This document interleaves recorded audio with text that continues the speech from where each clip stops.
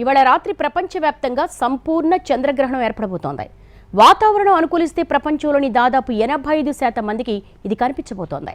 Asia, పశ్చిమ ఆస్ట్రేలియాల్లో సంపూర్ణ చంద్రగ్రహణం కనిపిస్తుంది.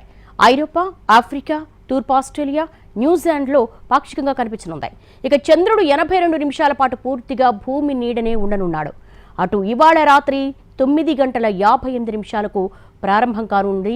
అలాగే రేపు తెల్లవారుజామున 1:56 వరకు ఉంటుంది.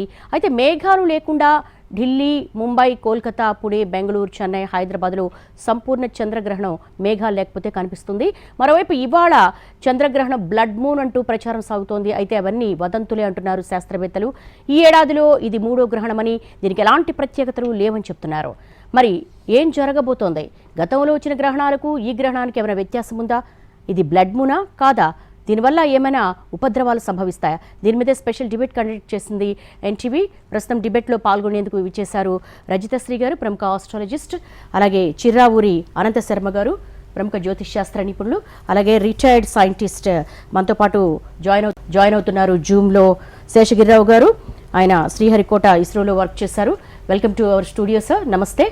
ఫస్ట్లీ రజితశ్రీ గారు, గతానికి వచ్చినటువంటి గ్రహణాలకి ఇప్పటికీ ఉన్న వ్యత్యాసం ఏంటి?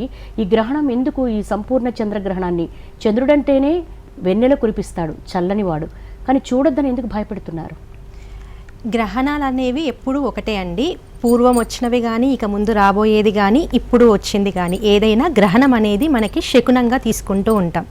మనం ప్రపంచం మొత్తానికి కానీ, అది సంభవించే చోట కానీ ప్రకృతి ఎలాంటి మార్పులు తీసుకురాబడుతుంది అంటే, ఏదైనా మనకి ప్రకృతి పరంగా వాటర్ రిలేటెడ్ వర్షాలు ఎక్కువ వస్తాయా, లేదా భూకంపాలు వస్తాయా, లేదంటే ఇంకేదైనా వస్తాయా అని చెప్పడానికి ఒక శకునం లాగా, లేదా యుద్ధ వాతావరణం ఉంటుందా, మన ఆ కనిపించే చోట ఎలాంటి పరిస్థితులు కలగబోతున్నాయి అని తెలుసుకునే శకునమే మనకి గ్రహణం. ముఖ్యంగా ఈరోజు జరిగేది రాహుగ్రస్త సంపూర్ణ చంద్రగ్రహణం. ఈ రాహుతో చంద్రుణ్ణి రాహు కప్పేయబడుతున్నాడు. అంటే రాహు అనేది ఒక మాయ, ఇల్యూషన్. దాన్ని మనసు, చంద్రుడు అనేది మన మనసు మీద ఎక్కువగా ప్రభావం చూపించబోతుంది. ప్రతి ఒక్కరు ఎక్కడైతే ఈ చంద్రగ్రహణం కనిపిస్తుందో అక్కడే కాదు, భూమి మొత్తానికి చంద్రుడు ఒకడే, ప్రపంచం మొత్తానికి ఒకడే ఉంటాడు. అలాగే చంద్రుడే మన మనసు మీద ప్రభావం చూపిస్తాడు. కాబట్టి ప్రతి ఒక్కరి మానసిక స్థితిలో మార్పులు అనేవి చోటు చేసుకుంటూ ఉంటాయి. ఈ గ్రహణంలో ముఖ్యంగా సూర్యుడు, బుధుడు, కేతువు సింహరాశి నుంచి వీక్షణ చేస్తున్నారు. అలాగే గురువు వీక్షణ కూడా ఉంది. ఇది సంపూర్ణంగా ఏదో బ్యాడ్ అని కూడా మనం చెప్పలేము. ఇందులో మంచి పరిణామాలు కూడా ఉంటాయి. కుంభరాశి అనేది ముఖ్యంగా మనం సాంకేతికత కానీ, మనం సమాజంలో మార్పులు కానీ, రూల్స్ అండ్ రెగ్యులేషన్ మారడం కానీ, లేదంటే ఏదో విప్లవాత్మక మార్పులు రావడం కానీ సూచిస్తూ ఉంటుంది. గ్రహణం అక్కడ ఏర్పడుతుంది కాబట్టి ప్రపంచం మొత్తంలో కూడా అలాంటి విప్లవాత్మక మార్పుల్లోకి మనం వెళ్ళబోతున్నాము. రూల్స్ అండ్ రెగ్యులేషన్స్ అనేవి చేంజ్ అవ్వబోతున్నాయి. వాటికి అనుకూలంగా మీరు ఉండండి అని చెప్పేదే ఈ గ్రహం యొక్క ఉద్దేశం. ఈ బ్లడ్ మూన్ అని ఇలా రెడ్గా కనిపిస్తుంది అనడంలో ఏంటంటే, ఎప్పుడైనా సరే మనకి సూర్యుని కాంతి నుంచే చంద్రుడు ప్రకాశింపబడతాడు. సూర్యునికి చంద్రునికి మధ్యలో మన భూమి వస్తున్నప్పుడు సూర్యుడు ఇప్పుడు ప్రధానంగా సింహరాశి నుంచి మన చంద్రుని మీద కాంతిని ప్రసరింపజేయాలి. అలా చేసే క్రమంలో భూమి అట్మాస్ఫియర్ నుంచి కిరణాలు వెళ్తున్నప్పుడు అవి రెడ్గా కనిపించి ఆ మూన్ అనేది రెడ్గా కనిపిస్తూ ఉంటాడు. అనంత శర్మ గారు, ఒకవైపు ఖగోళంలో అద్భుతం, ప్రతి ఒక్కరికి సంపూర్ణ చంద్రగ్రహణం అంటే చూడాలనిపిస్తుంది, కానీ మరోవైపు భయం. ఏంటి అసలు? ఇక్కడ చూడడము అనేది వింత అనేటప్పటికి అందరికీ ఆసక్తి కలుగుతుంది. రోజు తెల్లగా కనిపించేవాడు ఈరోజు ఎడగా కనిపిస్తున్నాడు అంటే ఆసక్తి గురించి ఏం చేస్తారు? అవును, కాబట్టి చూడాలనిపిస్తుంది, సహజమే.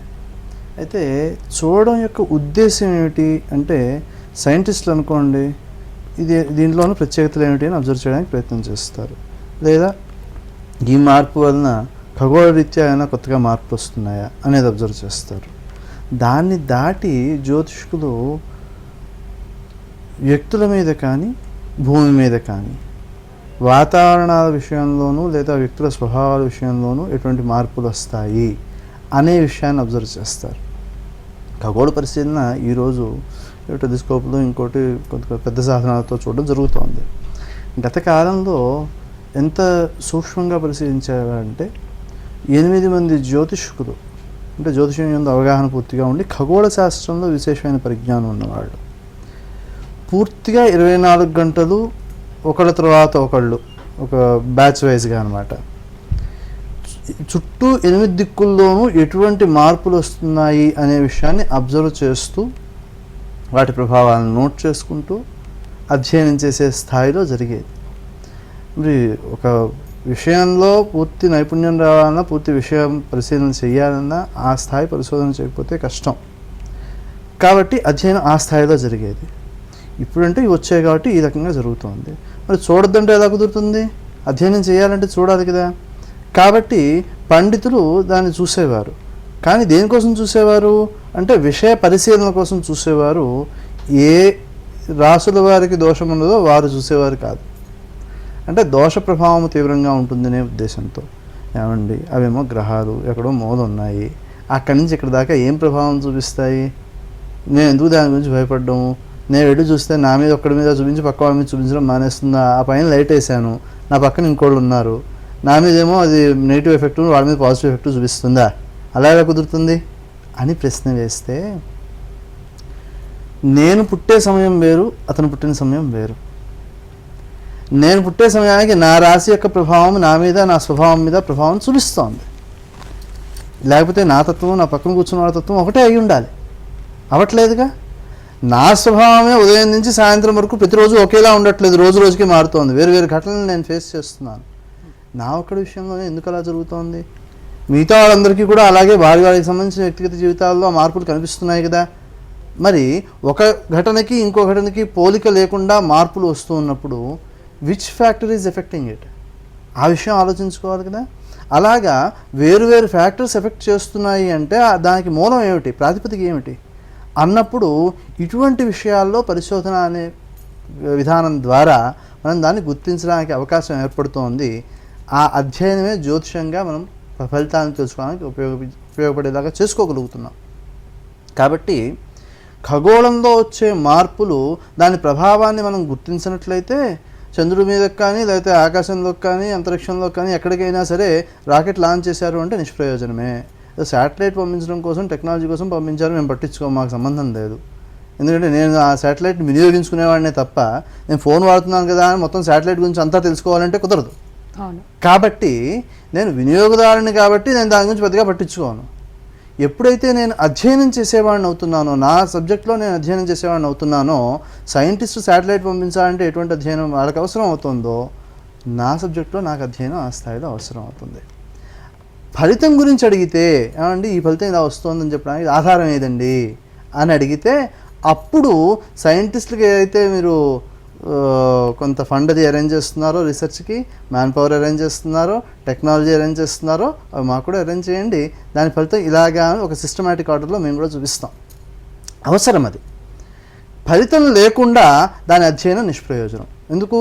రేపు పొద్దున్న ఎప్పుడో శకలం ఏదో వచ్చి భూమిని కొడుతోంది, వీళ్ళ క్యాలిక్యులేషన్స్లో ఫలానా సంవత్సరం వరకు వచ్చి కొడుతోంది, దాన్ని ఏమైనా ఆపగలుగుతారా? ఆపలేరు. డైవర్ట్ చేయడం కుదురుతుందా? కుదరదు. దెబ్బ తగిలితే ఏమేమి సమస్యలు వస్తాయి, ఏమేమి ప్రమాదాలు ఉంటాయి, భూమి ఇక్కడ ఉంటుందా, పూర్తిగా పోతుందా, అధ్యయనం చేసి ఫైనల్ కంక్లూజన్ ఇచ్చేస్తే